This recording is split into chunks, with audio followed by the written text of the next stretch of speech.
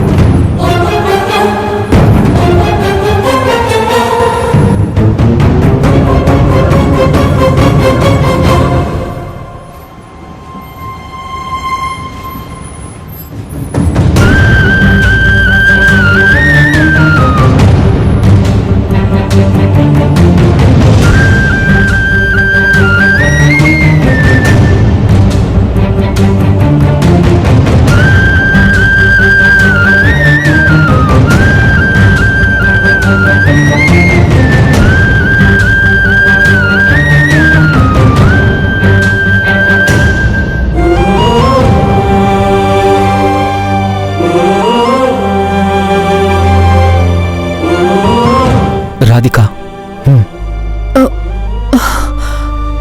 ಅಮರ್, ಅದು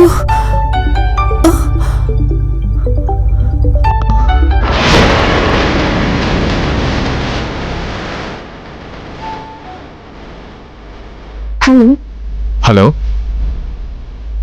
ನಾನು ಕೈಲಾಶ್ ವರ್ಮಾ. ನಮ್ಮಿಬ್ಬರ ಮಧ್ಯೆ ಹೆಸರು ನೆನಪಿರೋಷ್ಟು ಪರಿಚಯ ಅಂತೂ ಇಲ್ಲ. ನಾನು ಶಕುಂತಲಾ ದೇವಿಯವರ ಮಗ.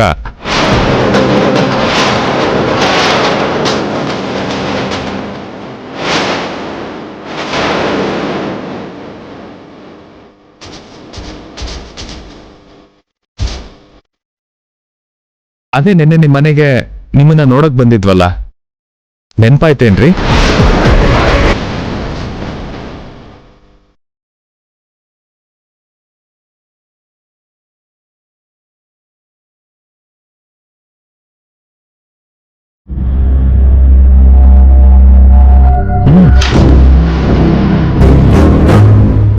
ಅದು ನಿಮ್ ಜೊತೆ ಸ್ವಲ್ಪ ಮಾತಾಡ್ಬೇಕಿತ್ತು. ಮಾತಾಡೋದಕ್ಕಿದ್ ಸರಿಯಾದ ಸಮಯನಾ?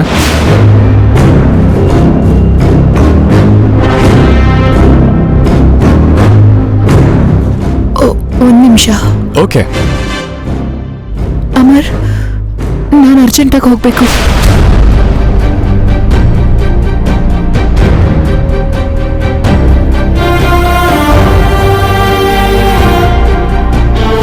ರಾಧಿಕಾ, ರಾಧಿಕಾ,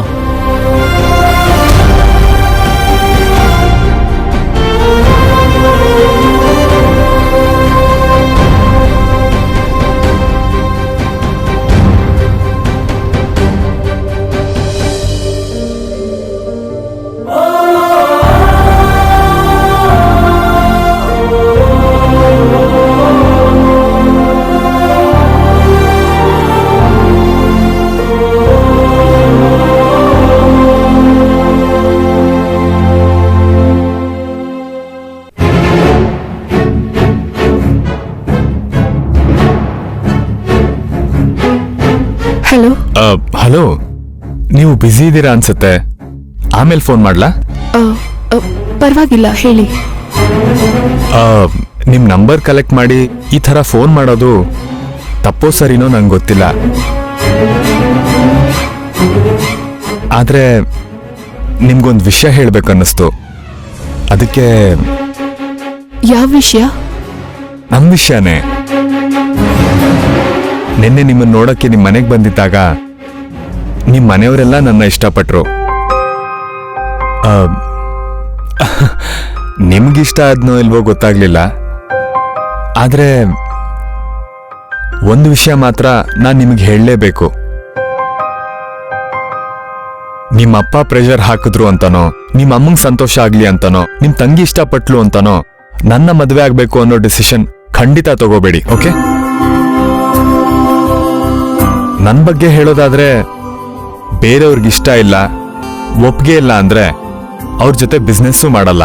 ಅಂಥದ್ರಲ್ಲಿ ನನ್ನ ಜೀವನ ಸಂಗಾತಿ ಆಗೋರ್ನ ಇಷ್ಟ ಇದೆಯಲ್ವೋ ಅಂತ ಕೇಳ್ದೆ ಅವ್ರ ಒಪ್ಗೆ ಇಲ್ದೇನೆ ಮದ್ವೆ ಹೇಗ್ ಮಾಡ್ಕೊಳ್ಳಿ ಹೇಳಿ?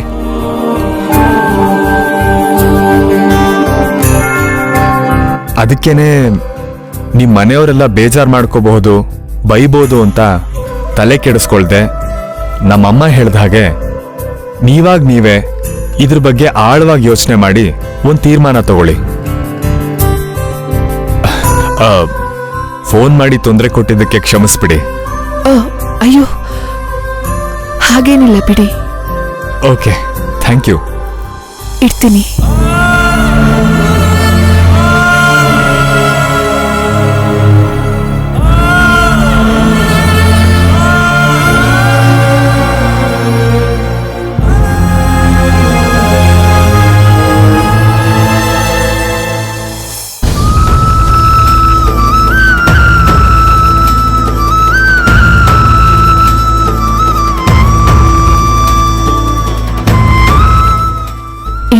ಸರಿ, ಅಮನ್ ನಾನು ಲವ್ ಮಾಡ್ತಿರೋ ವಿಷಯನ ಇವತ್ತು ಅಪ್ಪಂಗೆ ಹೇಳಲೇಬೇಕು.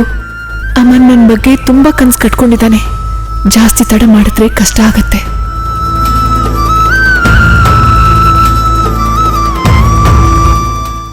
ಅಪ್ಪ, ಇದು ಆರೋಗ್ಯ ತುಂಬಾ ಒಳ್ಳೇದು. ಅಮ್ಮ ನಿಂಗೂ ಬಡಿಸ್ಲಾ? ಸಾಕು ಸಾಕು. ಸಾಂಬಾರ್ ಹಾಕ್ಲಾ? ಸ್ವಲ್ಪ. ಅರೆ ಅಕ್ಕ, ಕರೆಕ್ಟ್ ಟೈಮ್ಗೆ ಬಂದಿದ್ಯಾ. ಬಾ ಅಕ್ಕ, ಊಟ ಮಾಡೋಣ. ಯಾಕಮ್ಮ ಹಾಗಿದ್ಯಾ?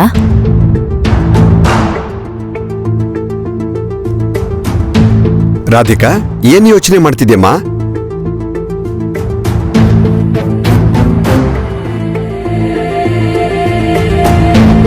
ಅಪ್ಪ, ನಿಮ್ಗೊಂದು ವಿಷಯ ಹೇಳ್ಬೇಕಿತ್ತು. ಆಯ್ತಮ್ಮ, ಮೊದ್ಲು ಕೂತ್ಕೋಬಾ, ಊಟ ಮಾಡು, ಆಮೇಲೆ ಹೇಳಿದ್ರಾಯ್ತು. ಊಟ ಆಮೇಲೆ ಮಾಡ್ತೀನಿ. ಮೊದ್ಲು ನನ್ ಮನ್ಸಲ್ಲಿರೋದೆಲ್ಲ ನಿಮಗ್ ಹೇಳ್ಬಿಡ್ತೀನಿ ಅಪ್ಪ. ಏನಕ್ಕ, 2 ನಿಮಿಷದಲ್ಲಿ ಏನಾಗ್ಬಿಡುತ್ತೆ? ಮೊದ್ಲು ಅಪ್ಪ ನೆಮ್ಮದಿಯಾಗಿ ಊಟ ಮಾಡ್ಲಿ ಬಿಡು, ಆಮೇಲೆ ಹೇಳ್ಬೋದಲ್ಲ. ಪ್ರಿಯಾ, ನಿಂಗ್ ಗೊತ್ತಾಗಲ್ಲ, ಸುಮ್ನಿರು. ನಾನು ಈ ವಿಷಯ ಹೇಳ್ಬೇಕು ಅಂತ ತುಂಬಾ ಸಲ ಪ್ರಯತ್ನ ಪಟ್ಟೆ.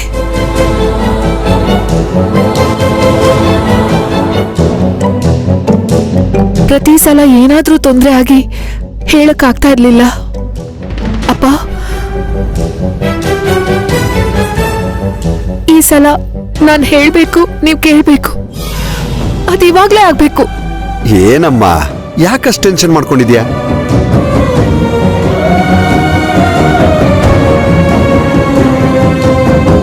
ನೀನೇನ್ ಹೇಳ್ಬೇಕು ಅಂತಿದ್ಯೋ ಆರಾಮಾಗಿ ಹೇಳಮ್ಮ. ಅಪ್ಪ, ನಾನೊಬ್ಬ ಹುಡುಗನ್ನ ಲವ್ ಮಾಡ್ತಿದ್ದೀನಿ.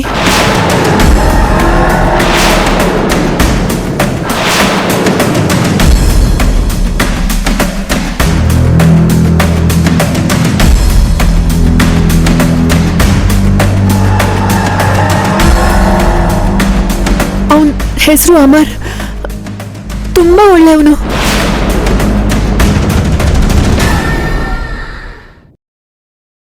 ನಾವು ಒಬ್ರನ್ನೊಬ್ರು ಆಳ್ವಾಗಿ ಪ್ರೀತಿಸ್ತಿದೀವಿ.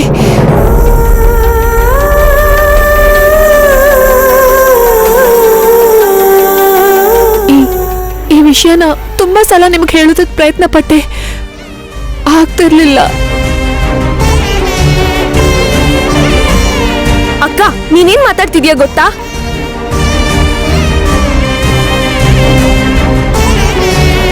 ಪ್ರೀತಿ ಅಂತೀಯಲ್ಲೇ, ಆ ಕೆಲ್ಸಕ್ ಬರ್ದಿರೋ ಪ್ರೀತಿಯಿಂದಾನೆ ಲಾವಣ್ಯ ಬೀದಿಗೆ ಬಿದ್ದಿದ್ದು. ಮಾವ ಇವತ್ತು ಈ ಸ್ಥಿತಿಗೆ ಬಂದಿರೋದಕ್ಕ. ಪ್ರಿಯಾ, ಅಮರ್ ಅಂತ ಹುಡುಗ ಅಲ್ಲ.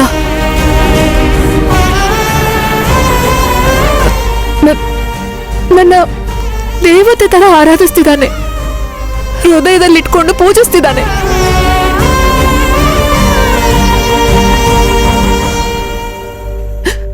ನನ್ನ ಅವ್ರ ಅಮ್ಮನ್ ಥರ ನೋಡ್ಕೋತಾನೆ. ಅವನ್ ನಿನ್ನ ಮರಳು ಮಾಡ್ತಿದ್ದಾನೆ. ಇವಾಗ ಇದೆಲ್ಲ ಚೆನ್ನಾಗೇ ಇರುತ್ತೆ. ನಿನ್ ಕಣ್ಗೆ ಅವನು ದೇವ್ರ ತರ ಕಾಣ್ತಾನೆ, ಅವನ್ ಕಣ್ಗೆ ನೀನು ದೇವತೆ ತರ ಕಾಣ್ತೀಯ. 4 ದಿನ ಕಳೆದ್ರೆ ನಿಜ ಏನು ಅಂತ ಅರ್ಥ ಆಗುತ್ತೆ. ಆಮೇಲೆ ಹಿಂತಿರುಗಿ ನೋಡಿದ್ರೆ ಎಲ್ಲ ಶೂನ್ಯ ಅಂತ ಅನ್ಸುತ್ತೆ. ಇಷ್ಟಕ್ಕೂ ಬಂಗಾರದಂತ ಸಂಬಂಧ ನಿನ್ನ ಹುಡ್ಕೊಂಡ್ ಬಂದಿದೆ. ನಮ್ಮೆಲ್ರಿಗೂ ಇಷ್ಟ ಆಗಿದೆ. ಅದು ನಿನ್ನ ಅದೃಷ್ಟ ಅನ್ಕೋತಿದ್ರೆ ಇಂಥ ದರಿದ್ರದ ವಿಷಯ ಹೇಳ್ತಿದ್ಯಲ್ಲ. ಅಮ್ಮ, ತಲೆ ತಗ್ಸಿ ತಾಳಿ ಕಟ್ಟಿಸ್ಕೊಳ್ಳೋದಾದ್ರೆ ಇದನ್ ಮೀರ್ಸೋ ಸಂಬಂಧಗಳು 1000 ಬರ್ತವೆ.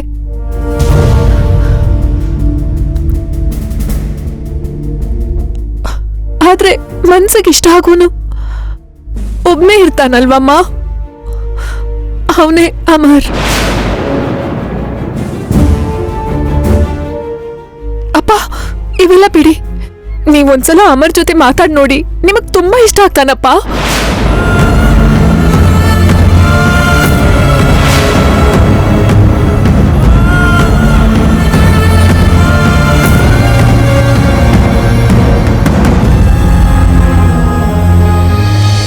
ಪ್ರೀತಿಸಿದ್ರೆ ಏನಾಗುತ್ತೆ ಅಂತ ಮೊನ್ನೆನೆ ತಾನೇ ಕಣ್ಣಾರೆ ನೋಡಿದ್ದು. ನಿನ್ ಮಾವನ್ ಮನೇಲಿ ನಡೆದಿದ್ದೆ ಈ ಮನೆಯಲ್ಲೂ ನಡೆಯುತ್ತೆ ಅಂತ ನೆನ್ಸ್ಕೊಂಡ್ರೇನೆ ಭಯ ಆಗ್ತಿದ್ಯಮ್ಮ. ನೀವಿಬ್ರು ನನ್ನೆರಡು ಕಣ್ಣು ಅನ್ಕೊಂಡಿದ್ದೆ. ನನ್ನ ಕಣ್ಣು ನನ್ನ ಮೋಸ ಮಾಡುತ್ತೆ ಅಂತ ನಾನು ಯಾವತ್ತೂ ಅಂದ್ಕೊಂಡಿರ್ಲಿಲ್ಲಮ್ಮ.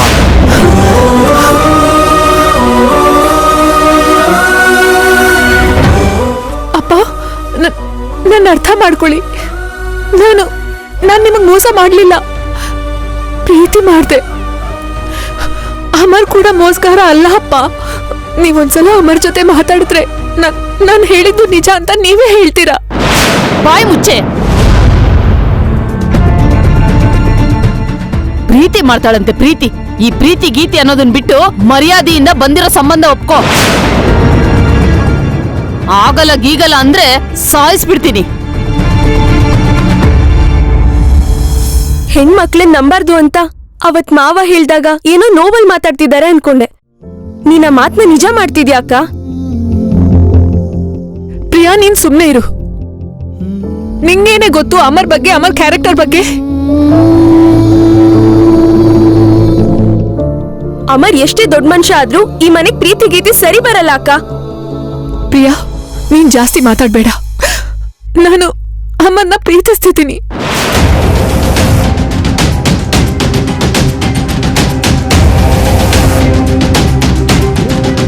ನೀವು ಒಪ್ಪಿದ್ರು ಒಪ್ಪದೇ ಇದ್ರು ಅಮರ್ ಜೊತೆನೆ ನನ್ ಮದ್ವೆ ನಡೆಯುತ್ತೆ. ಏನೇ ಅಂದೆ ನೀನು?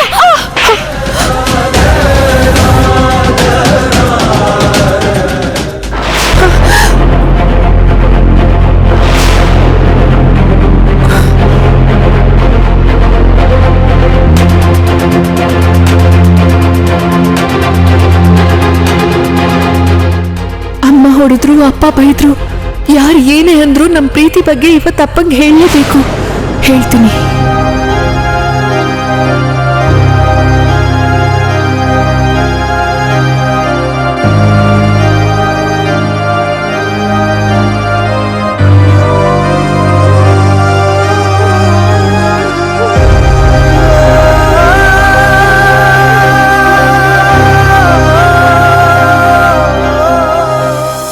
ಅಕ್ಕ,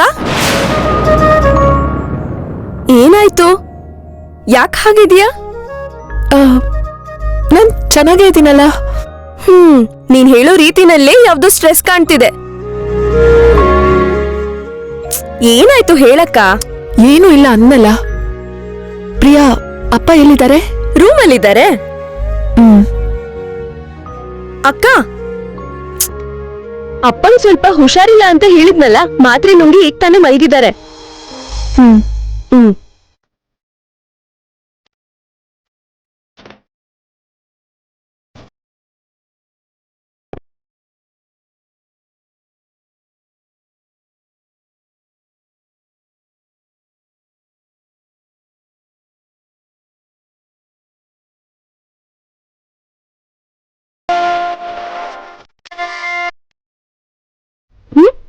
ಅಕ್ಕ, ಆಚೆ ಬಾ. ಅಕ್ಕ, ಅಪ್ಪಂಗ್ ಹುಷಾರಿಲ್ಲ ಅಂದ್ರು ರೂಮಿಗೆ ಹೋಗಿ ಡಿಸ್ಟರ್ಬ್ ಮಾಡ್ತಿದ್ಯಲ್ಲಕ್ಕ.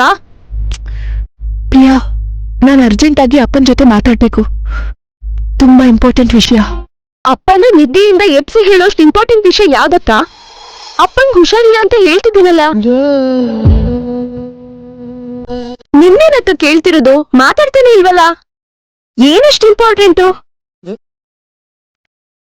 ಏನಾಯ್ತೆ? ನೋಡಮ್ಮ, ಅಕ್ಕ ಅಪ್ಪನ್ ಜೊತೆ ಅರ್ಜೆಂಟಾಗಿ ಮಾತಾಡ್ಬೇಕು ಅಂತಿದ್ದಾಳೆ. ನಿದ್ದೆ ಹಾಳು ಮಾಡೋಷ್ಟು ಇಂಪಾರ್ಟೆಂಟ್ ವಿಷಯ ಏನು ಅಂದ್ರೆ ಉತ್ತರನೇ ಕೊಡ್ತಿಲ್ಲ.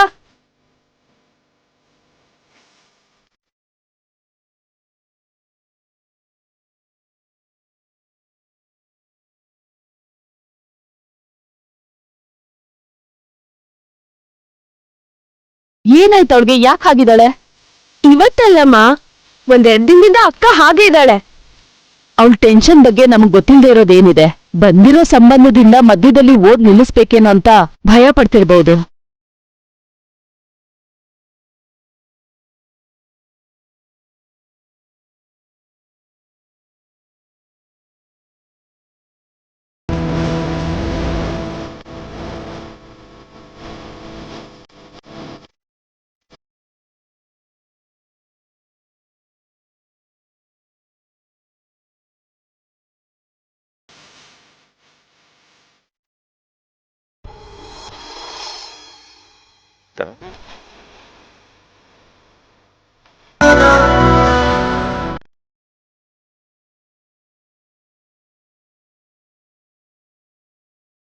ಅಕ್ಕ,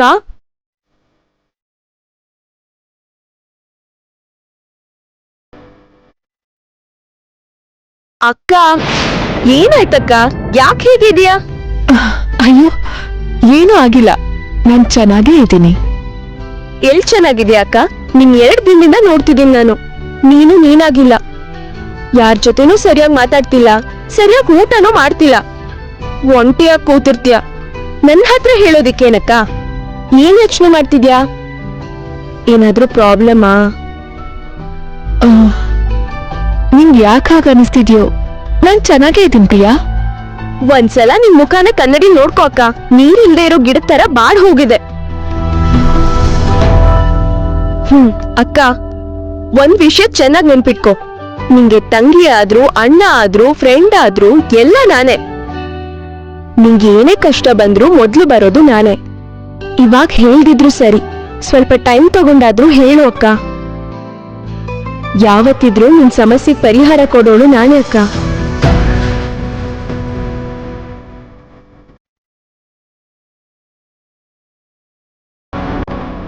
ಸಾರಿ ಪ್ರಿಯಾ, ನನ್ ಪ್ರೀತಿ ವಿಷಯ ನಿನ್ನ ಹತ್ರ ಹೇಳ್ಬೇಕು ಅನಿಸ್ತಿದೆ. ನನ್ ಓದೆಲ್ಲ ಹೇಳ್ಕೊಂಡು ಜೋರಾಗಿ ಅಳ್ಬೇಕು ಅನಿಸ್ತಿದೆ. ಆದ್ರೆ ಲಾವಣ್ಯ ಮದ್ವೆಲಿ ನಡೆದಿದ್ದೆಲ್ಲ ನೋಡಿದ್ಮೇಲೆ ಧೈರ್ಯನೇ ಬರ್ತಾ ಇಲ್ಲ.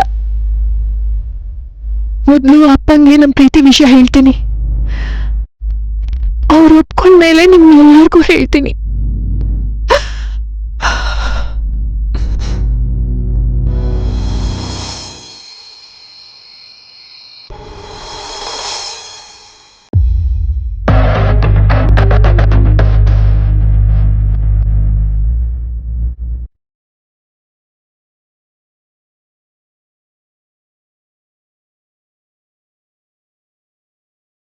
ತಡ ಮಾಡ್ದೆ ಈಗಲೇ ಹೋಗಿ ಅಪ್ಪಂಗೆ ನಮ್ ಪ್ರೀತಿ ವಿಷಯ ಹೇಳ್ಬೇಕು.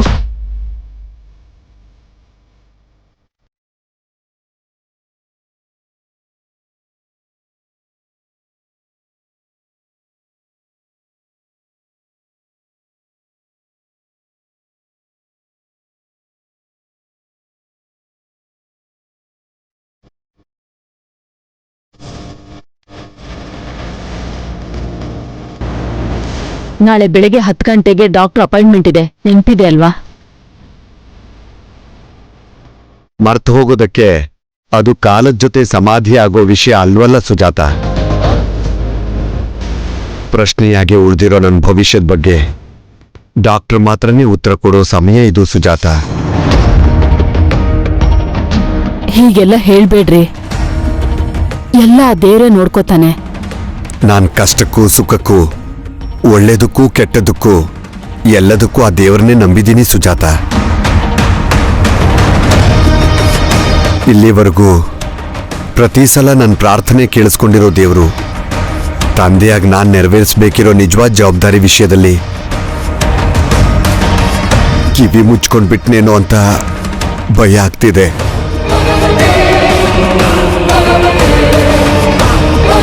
ನನ್ನ ಕಾಯಿಲೆ ಅಂತೂ ದಿನೇ ದಿನೇ ಜಾಸ್ತಿ ಆಗ್ತಿದೆ.